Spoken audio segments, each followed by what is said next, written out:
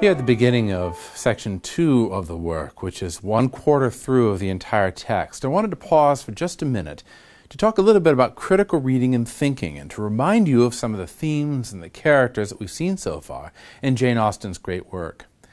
Anytime we do critical reading or thinking, we are operating with 4 different things at the same time, because there are 4 parts to any critical reading of a work, or any critical thinking for that matter. The first of these 4 parts is called analysis. And in analysis, we break a work into its individual parts to look at all the different things that are going on in the work. So for instance, if we were doing science or mathematics or history, we might take apart the Battle of Waterloo, for instance, and we might look at the characters involved in the battle, who they were, where they came from, their background, their strengths, their weaknesses. In our work, we might take apart, for instance, the various characters and set them aside for a minute. We might say, who is this Darcy character, or who is Elizabeth, or who is Mr. Collins? Or we might look at the setting, for instance, or we might look at some of the individual themes or specific words. That's analysis. When we break a work into its individual parts, it's like we're dissecting it, to look at each individual thing. The second part of critical reading, though, is interpretation. And we don't always do these in distinct stages. Frequently we do analysis and interpretation simultaneously. Interpretation is where we work to understand the meaning of the individual parts. Either we're looking to see what the author intended, but sometimes we might find things that the author didn't intend, but that the work actually does mean. Interpretation involves looking at how the individual sections of the work fit together, how they, for instance, how they have meaning in a larger context, perhaps, what the colors or the shapes or the symbols might themselves mean as individual things.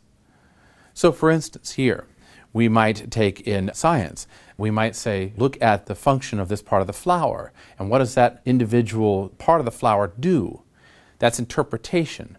And not just analysis of separating that part of the flower, but looking at what that part of the flower actually does in the whole. In interpretation of a literary work, for instance, with Pride and Prejudice, we might look at, again, a character like Darcy and say, well, what does his broodingness and his darkness and his holding himself to a high standard represent? Is he a classic chivalric character? Is he like a knight? Is he, for instance, like a Byronic figure? Is there something dark and almost scary or threatening about him? Is there something admirable about him? What might he mean when he says this word specifically? Why does he like the eyes of Elizabeth, of all the parts that he might notice about her? What does that say about him? The third stage of critical thinking is synthesis. And in synthesis, we have looked at all the individual parts, and now we bring them together to see how they fit together. So for instance, again, if we were to take an analogy here, if we're doing, say, history or mathematics, in mathematics, we might already have interpreted how a certain function over here works. Now we take that function and we fit it with another function, and we come up with a brand new thing, and the way these two functions work together in mathematics. The same thing happens in literature.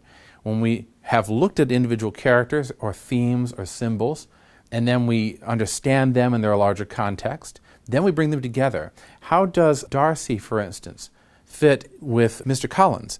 How does Mr. Collins become a foil, for instance, for Darcy? Or how does Wickham? Lastly, we have evaluation. An evaluation is where we make a judgment about the importance of the theme or the image, or even the work as a whole. We might, for instance, think that the theme of tragedy might run through a work, or we might think that the theme of the feminine might run through a work. Or we might say, well, how does a specific image, like the shield of Achilles in Homer's great work of the Iliad, how does the shield of Achilles stand out as an important image? Or how does the work as a whole fit? Does Jane Austen's work of Pride and Prejudice stand as a landmark in her group of works? Does her work, Pride and Prejudice, stand as a landmark in British literature, British history? We might have to go outside and find out other things in order to make this judgment. So in evaluation, we actually have to put forth our thought about a certain idea and make an assertion. In order to do this, we have to do certain things. We ask questions about the text from the very beginning. We ask questions, why does this occur? What is this character doing? What is he thinking? What is he saying? Why do they do this?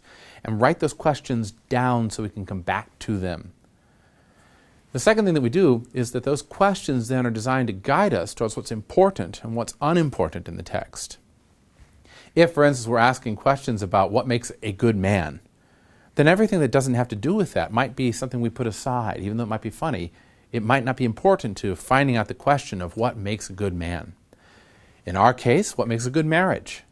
Anything that doesn't have to do with that might not be something we want to focus on. So it guides us to what's important and what's unimportant in a text. After that, we infer meaning from the important images. Once we've got an idea of things that contribute to a good marriage, for instance, then we start inferring meaning. Does a good marriage mean mere convenience, like with Charlotte and Collins? Does a good marriage mean bickering all the time, like Mr. and Mrs. Bennet? Does a good marriage involve flightiness and shallowness? Does a good marriage mean honor?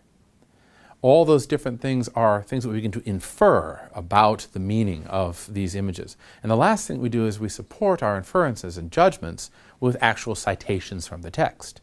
It's like we're detectives, and we're looking for evidence that will support a thesis or an idea or judgment we're making.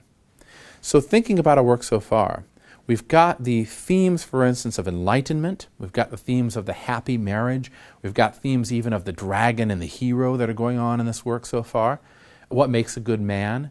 And you have to begin asking yourself, how do the various scenes that we've seen so far contribute to these themes? How do they fit into the themes, for instance, of the hero or the good marriage? Also, how do various characters play as foils to one another? How is Charlotte a foil to Elizabeth, for instance? How is Jane a foil to Elizabeth? How does Elizabeth see in her mother a foil, something that she doesn't want to be? Similarly, how does Darcy compare to Collins? How does Darcy compare to Mr. Wickham? How does Darcy compare to Mr. Bingley? So as we go through the text, I encourage you to ask these sort of questions. You can either write them in your text, or you can write them on a separate piece of paper. You can write them somewhere on your computer if you wish to, or you can tap and make a note if you wish to on your iBook. One way or the other, you're going to come back to these questions later on, not just to understand the text, but also to be able to make some judgment about it and eventually to be able to write about the text itself.